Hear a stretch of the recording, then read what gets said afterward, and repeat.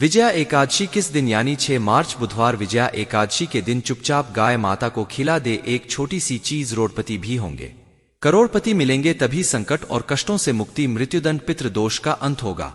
पूरे साल आपके घर में भरे रहेंगे अन्न धन के भंडार। भगवान श्री हरि विष्णु जी और माता लक्ष्मी जी आशीर्वाद से आपकी 7 पुश्तें तक करेंगी रुपया पैसों पर राज। दोस्तों, 7 पीढ़ियों तक बैंक बैलेंस बढ़ता चला जाएगा। सभी दुख दर्द और संकट कष्ट दूर हो जाएंगे और समस्त सुख आपके पास आ जाएंगे। सुख आपके कदम चूमेगी यदि आप मात्र यह एक छोटी सी चीज 6 मार्च यानी कि विजया एकादशी के दिन चुपचाप गाय माता को खिला देते हैं। यकीन मानिए, जीवन से तत्काल गरीबी खत्म हो जाएगी। गरीबी दरिद्रता का नामो निशान खत्म हो जाएगा और आपके जीवन में आपको अपार धन सुख संपत्ति की प्राप्ति होगी। 7 पीढ़ियों तक किसी भी चीज की कोई कमी आपको नहीं रहेगी। आपके जीवन से सभी दुखों का अंत हो जाएगा, क्योंकि बहुत ही दुर्लभ संयोग में है। इस बार जो साल की सबसे बड़ी एकादशी है विजया एकादशी, यकीन मानिए गाय माता से जुड़े जो भी आप उपाय करेंगे आपको 100% लाभ मिलेगा और उपायों से लाभ मिलेगा। भगवान विष्णु जी माता लक्ष्मी की कृपा से होगी और 33 कोटि देवताओं को धारण करने वाली गौ माता की कृपा भी आपके जीवन में सदैव बनी रहेगी। किसी तरह की कोई कमी नहीं रहेगी आपके जीवन में। दोस्तों, यदि आप चाहते हैं कि आपके जीवन में किसी तरह की कोई कमी ना हो, तभी दुख दर्द संकट कष्ट दूर हो जाए और गरीबी आपके जीवन में हमेशा के लिए दूर हो जाए और आपको अपार धन सुख संपत्ति की प्राप्ति हो, जीवन में सदैव आनंद ही आनंद हो, तो दोस्त इस वीडियो को समय निकालकर पूरा देख लेना। यदि आज की यह वीडियो आपने पूरी देख ली तो आपके जीवन के सभी तरह के दुखों का अंत हो जाएगा। बहुत ही महत्वपूर्ण वीडियो है, लाभकारी वीडियो है। वीडियो को पूरा देखें यदि भगवान विष्णु जी माता लक्ष्मी की कृपा हासिल करना चाहते हैं। जी हां दोस्तों, वीडियो को आगे शुरू करें। सबसे पहले भगवान विष्णु जी और माता लक्ष्मी के सच्चे भक्त इस वीडियो को लाइक अवश्य कर दें और कमेंट बॉक्स में जय माता लक्ष्मी और जय श्री हरि विष्णु अवश्य लिखें, जिससे आपकी समस्त मनोकामनाएं विष्णु जी माता लक्ष्मी पूर्ण करें। दोस्तों, आपको बता दें, मार्च के महीने में पड़ने वाली एकादशी को विजया एकादशी कहते हैं। विजया एकादशी मास के शुक्ल पक्ष एकादशी तिथि को मनाई जाती है। पंचांग के अनुसार इस बार यह एकादशी का पवित्र पावन पर्व 6 मार्च बुधवार को पड़ रही है। बुधवार के दिन पूरे विधि विधान से भगवान विष्णु जी की उपासना की जाएगी। श्री हरि को प्रसन्न करने के लिए यह दिन बहुत ही खास और महत्वपूर्ण है। तो हमारे प्राचीन धर्म ग्रंथों में गाय को एक अत्यंत महत्वपूर्ण और पवित्र पशु समझा जाता है। शास्त्रों में गाय को माता कहा गया है और गाय का पूजन करते हैं। गौ माता के शरीर में 33 कोटि देवी देवताओं का निवास होता है। गाय एक अत्यंत पवित्र, निर्मल, शांत, निष्पाप है। रघुवेश में इसे संसार का पालन पोषण करने वाली कामधेनु माता कहा गया है। इसके दर्शन मात्र से मनुष्य के हजारों पाप नष्ट हो जाते हैं। इसीलिए कभी इस निष्पाप गौ माता पर अत्याचार नहीं करना चाहिए। गाय को कभी मारना नहीं चाहिए और कभी उन्हें कष्ट नहीं देना चाहिए। गाय को मारना शास्त्रों में सबसे बड़ा पाप समझा गया है। दोस्तों, भगवान श्री कृष्ण को गायों से विशेष लगाव था। उन्हें गौमाता बहुत अधिक प्रिय थी। श्री कृष्णा के गायों की सेवा करना ही सर्वश्रेष्ठ धर्म है।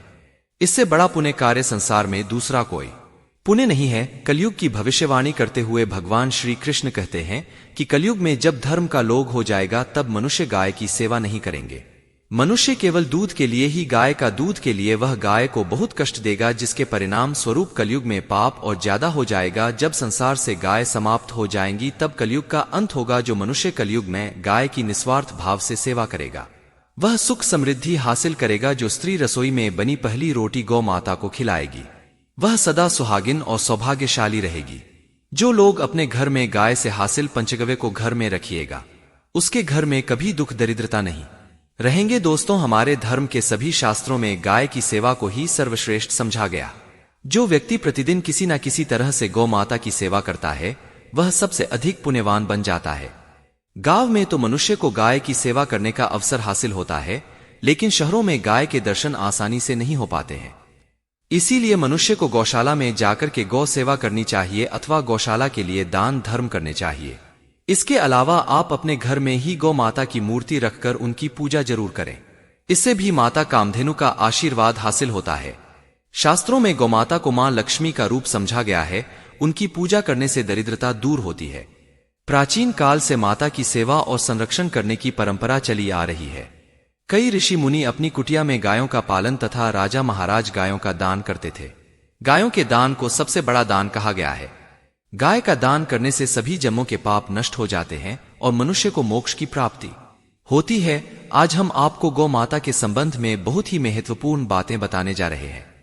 गाय की पूजा कैसे करनी चाहिए, गाय को कौन सी चीजें खिलाने से कौन सा फल मिलता, गाय के किस अंग को स्पर्श करने से दरिद्रता दूर होती है आदि के बारे हमारे शास्त्रों में बहुत ही महत्वपूर्ण ध्यान दिया गया है। हमारी अत्यंत पूजनीय गौमाता के बारे में आप सभी को यह बातें अवश्य जान लेनी चाहिए। इससे आपके जीवन से सभी तरह के कष्ट दूर होंगे। दोस्तों, कई बार महिलाएं जाने अनजाने में गाय को कुछ चीजें खिला देती हैं जिससे मां लक्ष्मी क्रोधित हो जाती है। शास्त्रों में कहा गया है कि यह चीजें गाय को कभी नहीं खिलानी चाहिए। इससे मनुष्य के जीवन में दुर्भाग्य आता है और उसे किसी भी कार्य में सफलता नहीं मिलती है। तो चलिए जान लेते हैं गौ माता के विषय में महत्वपूर्ण नियम। सबसे पहली बात है दोस्तों, गौ माता के दर्शन करना बहुत शुभ होता है। शास्त्र कहते हैं रोज सुबह गाय के दर्शन होने से पुण्य की प्राप्ति होती है और सुबह गोबर के दर्शन होने से लक्ष्मी की प्राप्ति होती है। अगर किसी महत्वपूर्ण कार्य के लिए जा रहे हैं और अचानक ही गौमाता आपके रास्ते में आ जाती है तो वह कार्य निश्चित ही सफल हो जाता है। किसी भी यात्रा पर निकलते समय अगर गौ माता के दर्शन हो जाए तो वह यात्रा सुखपूर्वक पूर्ण हो जाती है। इसमें संशय नहीं। ज्योतिष शास्त्र के अनुसार कुंडली में यदि पितृ दोष होता है तो अन्य उपायों के साथ साथ गौ माता को रोटी और घास खिलाने से लाभ होता है और पितृ दोष से मुक्ति मिलती है। इसी तरह कुंडली में यदि शनि की 7.5 या महादशा है तो हर शनिवार और अमावस्या को काली रंग की गाय को घास या रोटी खिलाएं और उसकी पूजा करें। इससे शनि दोष कम होता है।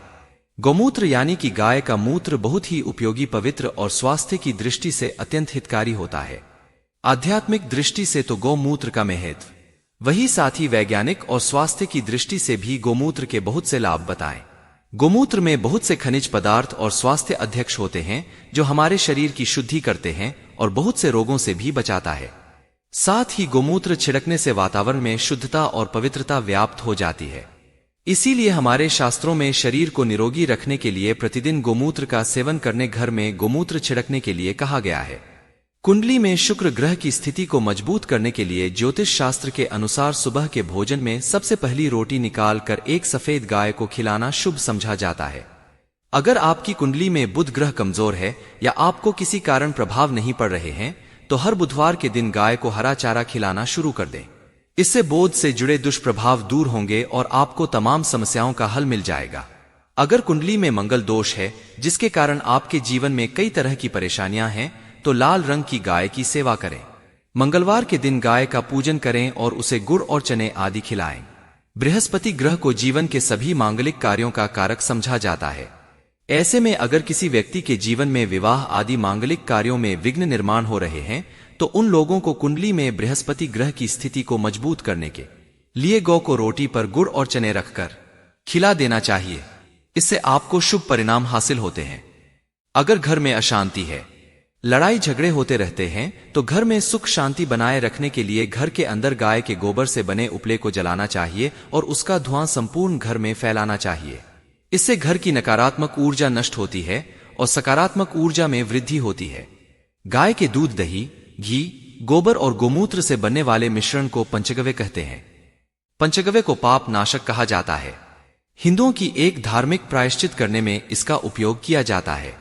पंचगव्य को बनाने वाली सभी वस्तुएं अत्यंत उपयोगी होती है जो स्वास्थ्य के लिए लाभदायक तो है ही, साथ ही औषधीय गुणों से भी भरपूर है।